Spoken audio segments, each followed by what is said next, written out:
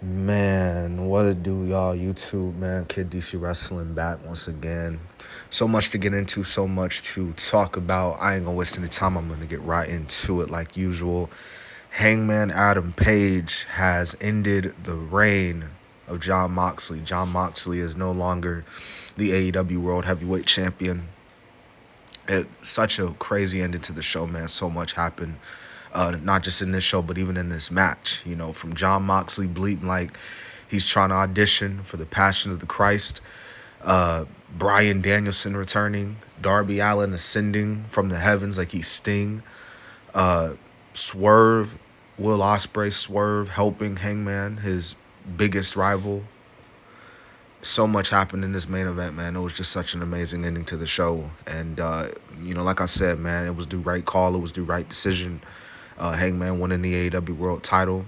You know, Darby can easily have his feud with John and not have the world title be involved. And Darby is still going to be AEW World Champion one day, no doubt about it. But tonight, it was Hangman's night, rightfully so.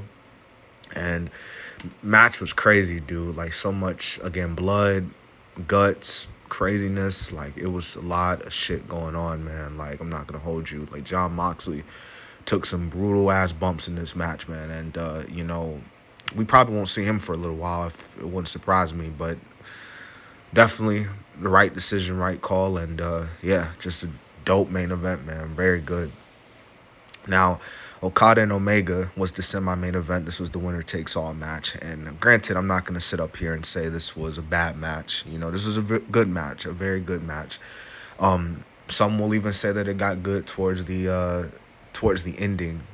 You know, now Okada winning kind of surprised me. I wasn't really expecting Okada to win, but nevertheless, he won. So he is now the first ever AEW Unified Champion.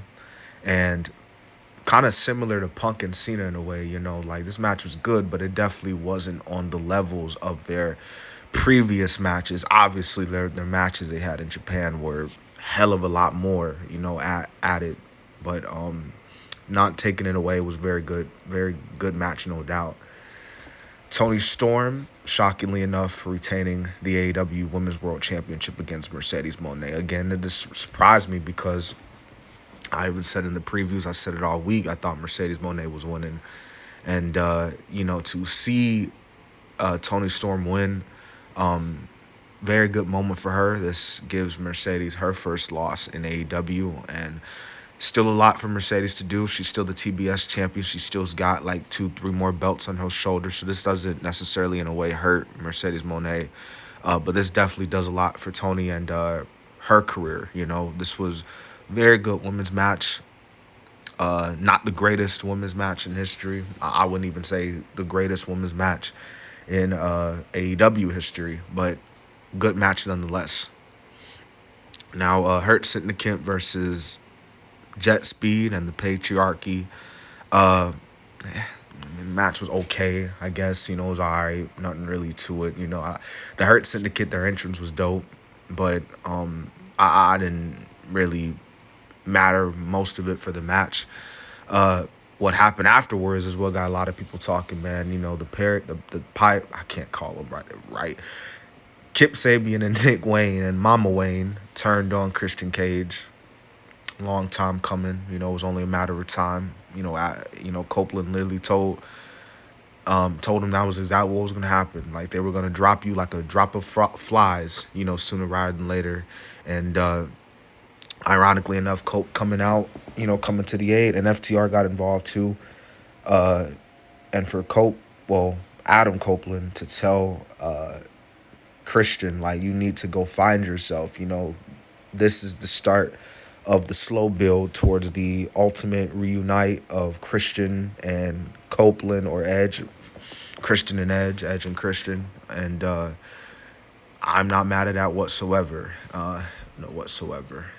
Athena won the Casino Gauntlet match. Not mad at that at all either, man.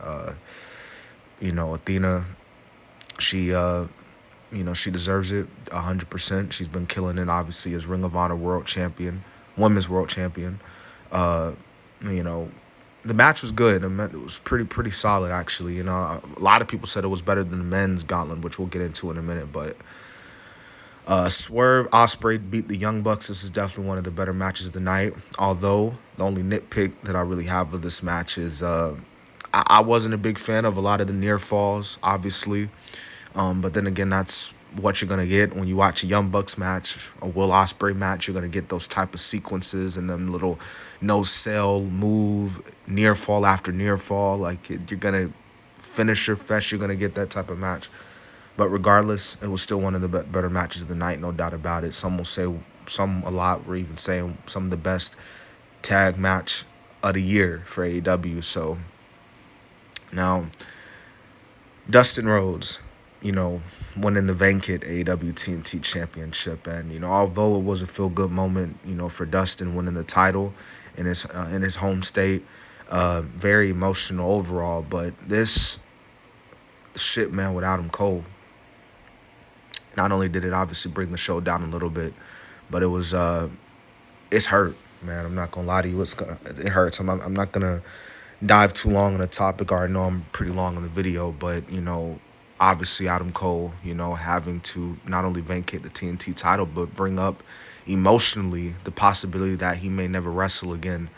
Uh, if tonight was the last time we've ever seen Adam Cole compete in a professional wrestling ring, what a career it has been for Adam Cole. And, it just sucks, with the two previous injuries he's had over the past 2-3 years. It's just, fuck, man, it just sucks for Adam Cole. And obviously, we don't know the full details, but Adam Cole is a fighter, he is a trooper.